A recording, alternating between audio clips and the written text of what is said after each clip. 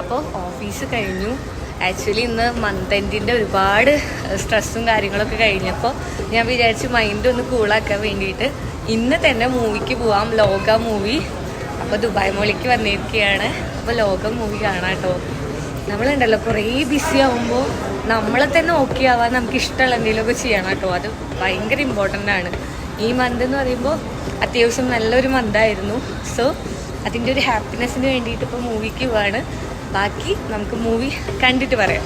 Ticket എടുത്തു. ഇനി movie തുടങ്ങാൻ വെയിറ്റ് ചെയ്ത് നിൽക്കുകയാണ്. 9:40 മൂവി തുടങ്ങുന്നത്. അപ്പോൾ എല്ലാവരും നല്ല വിഷ്വൽ എക്സ്പീരിയൻസ് ഒക്കെ ഉള്ള മൂവിയാണ്, തിയേറ്റർ എക്സ്പീരിയൻസ് ആണെന്നൊക്കെ പറയുന്നുണ്ട്.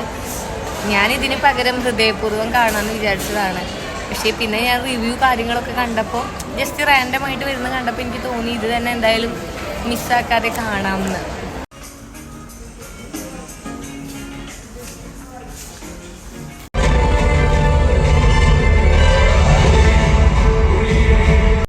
അപ്പോൾ മൂവി കണ്ടിറങ്ങി. നൈസ് മൂവിയാണ്. ഒരു വെറൈറ്റി മേക്കിംഗ് ആയിട്ട് തോന്നി. ത്രൂ ഔട്ട് ഒരു ലേഡി ഷൈനിങ് ആണ് ഫുൾ മൂവി.